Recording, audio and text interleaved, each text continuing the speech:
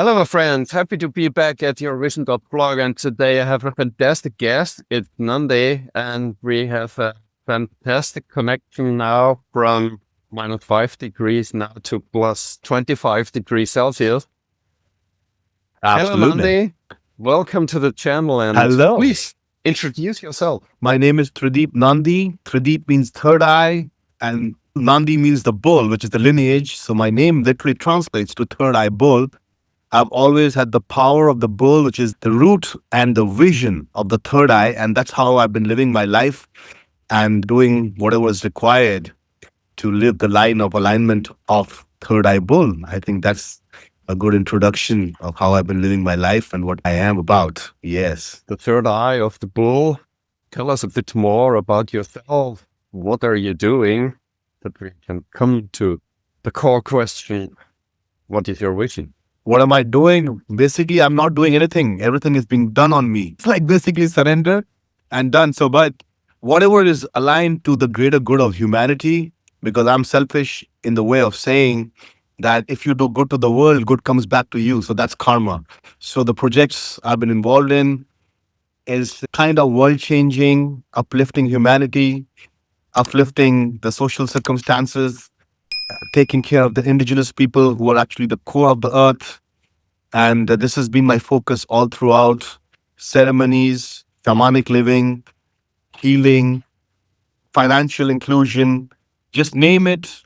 And Nandy is there. He is doing it, or he's being done towards doing it. So it's like from anything from medicine, music, money, the game of money, because it's very important, and muses, which are your inspiration to life. This has been my journey, and I keep myself entangled between these four elements of life. That's fantastic. And karma is really very important to everybody of us. Yes, Can absolutely. you give us a little bit more input to have a good karma? Good karma is basically when you do good, the good comes back to you. So good karma is spreading joy, spreading smiles, and how in this world is people need to keep their dreams. They live their dreams. How you can help them fulfill their dreams is one of the good karmas I've been carrying.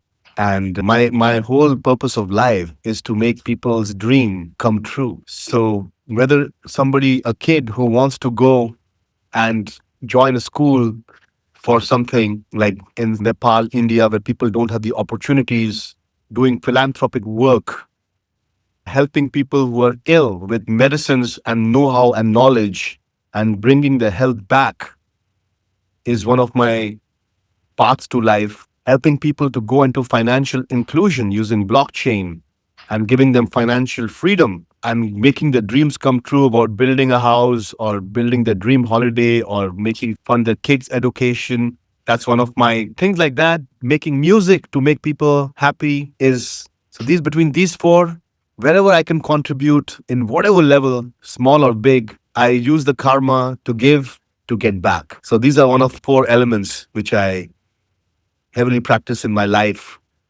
to give, to get what I give. And in the karma, the principle of karma is the more you give, the more you receive. And this has been my life motto and life path.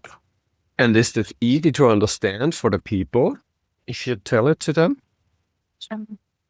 Absolutely. It's like every force has an equal and opposite reaction. So you give good force, you get good force back. And I think the world is conscious enough to understand that if you do good, good will come to you. If you do bad, bad will come to you. We are in this level of evolution in the world that we humans do understand with the new media, new age, storytelling, that what you give is what you get in all levels. Even if you explain it to a criminal why he is having everything in the world, but he has all the money, but that's energy. Maybe he has done something wrong, now he has to do good.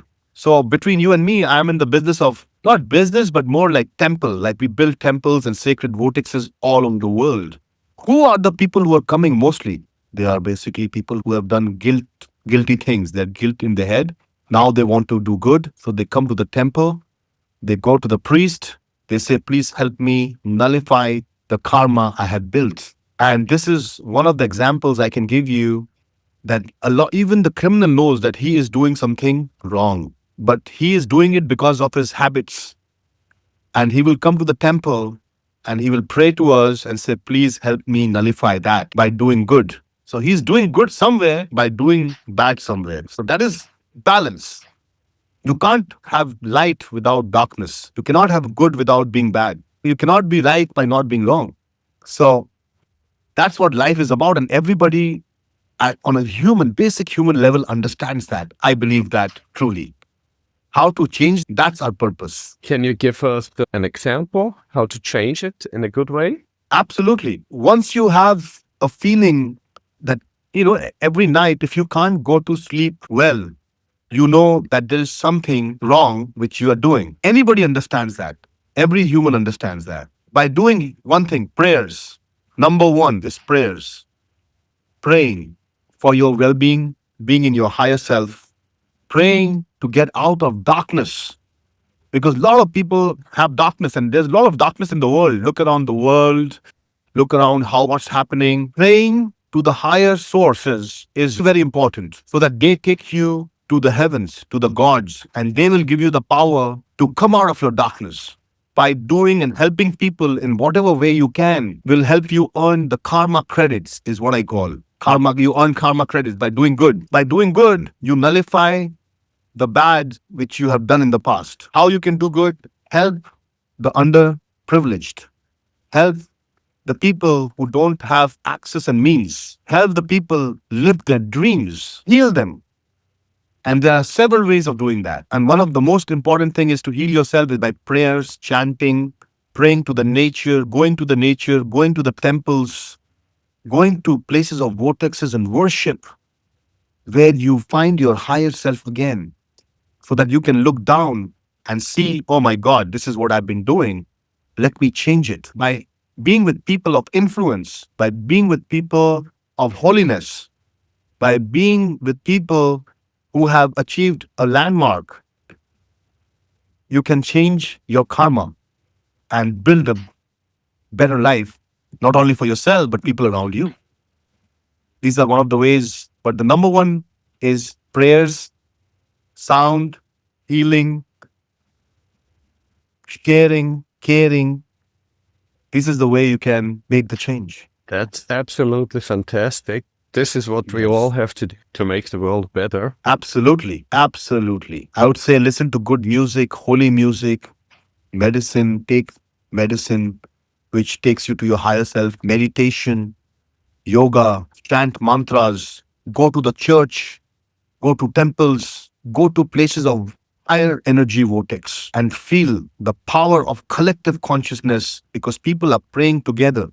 And you always feel magic when you go to the church. It's not because we are Christian, Hindus, Muslim. It's a place where humans get together and pray for higher evolution of the self and the collective. Yes, that's what we all have to achieve. It's really important. Yes, my brother. It's deep. It's deep. I understand. It's deep. And the place where I'm writing you from is from a temple. Behind is a temple, water temple, where people come and cleanse themselves with water. The spirits come, they cleanse. Because as human beings, we can keep on moving.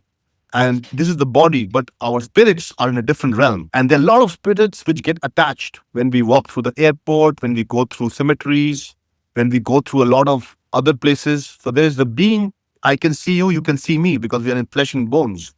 But then there are ethereal beings which you cannot see with the naked eye. But if you use your third eye, your heart, your intuition, you can also feel places where spirits are moving around.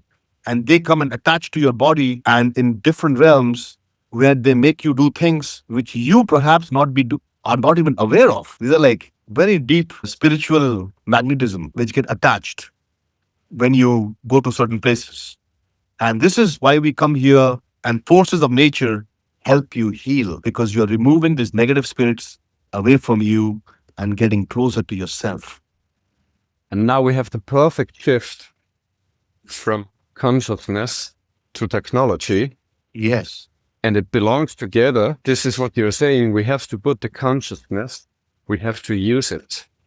Absolutely. If you're a good human and that being, we use the technology in the right way.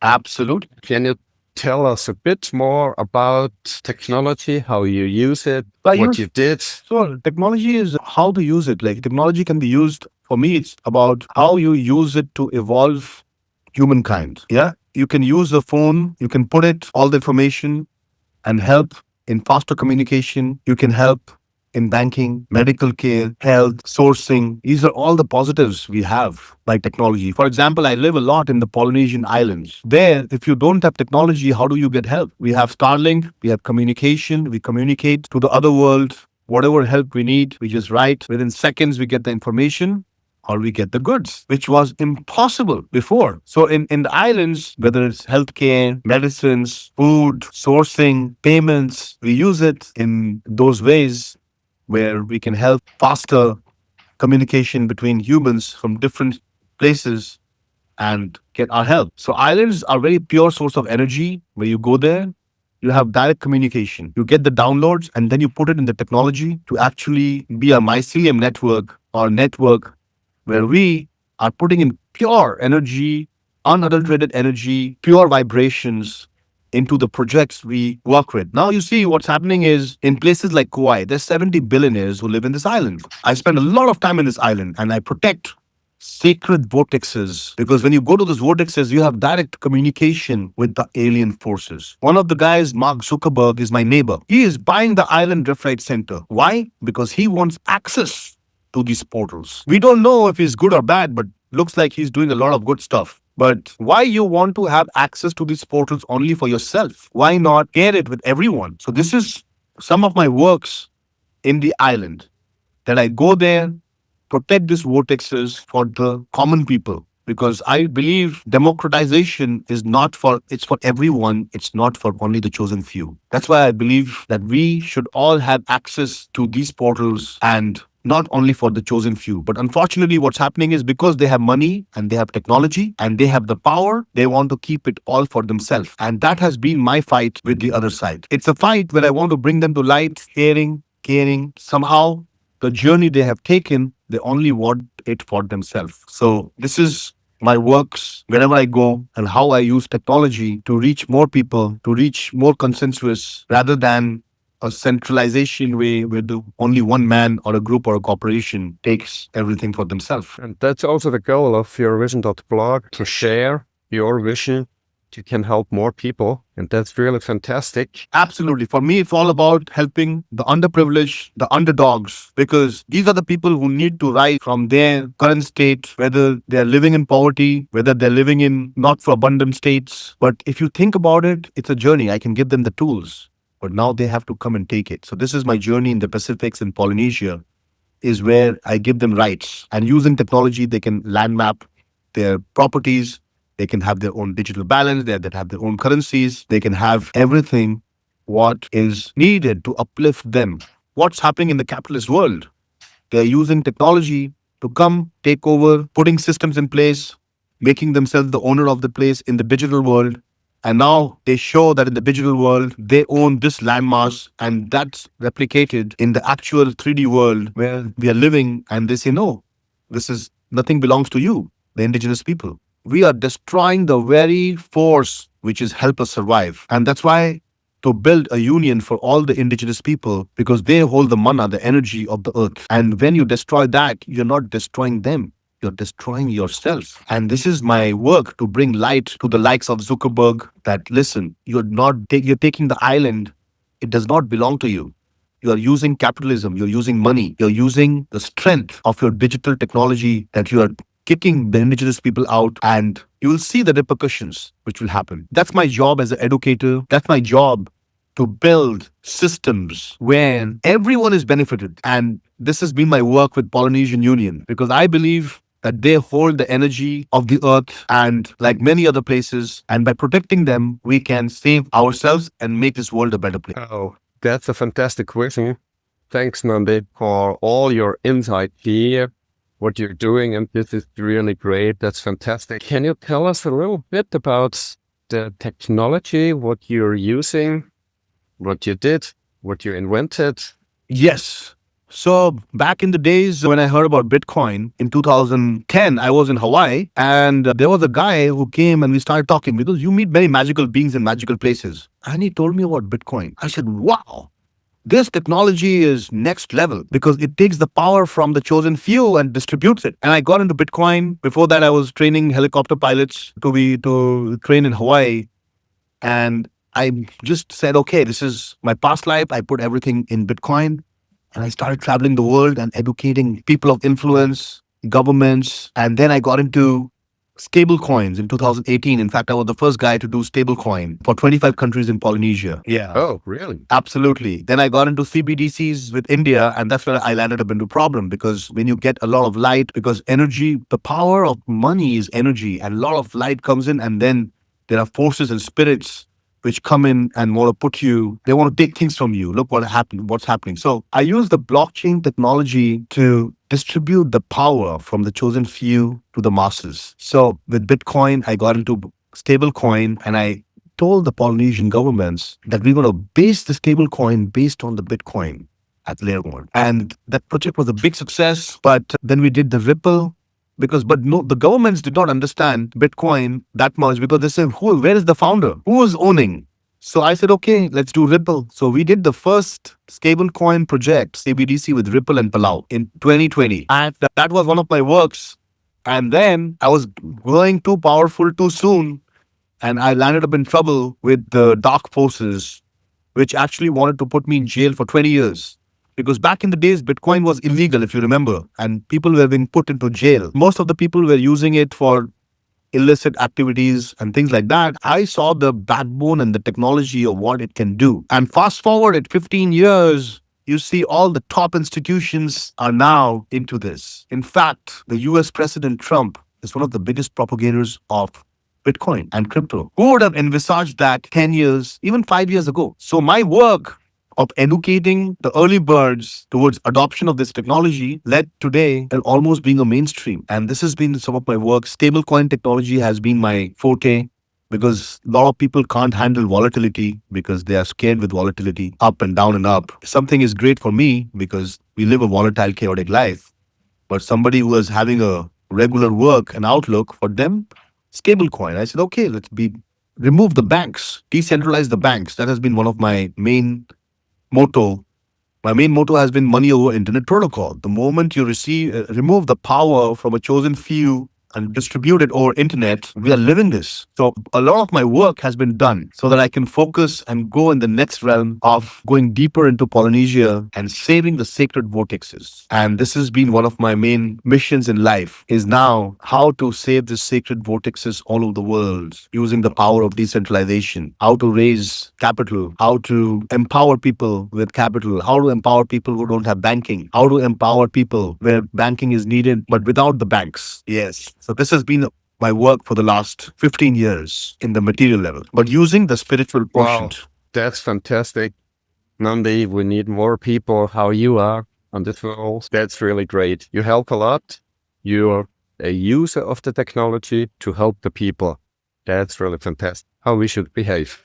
Absolutely. There's nothing else. And that is where karma comes in. They say, how you live this life. I said, because it's very simple. You do good to the people, good comes to you many more fold times. You help a healing heart, you get healed. Not only from this life, but past lives. There are parallel dimensions and parallel ways. In this life, when you have the opportunity to go and make a difference, let's do it. Thanks a lot, Nandy. That's fantastic.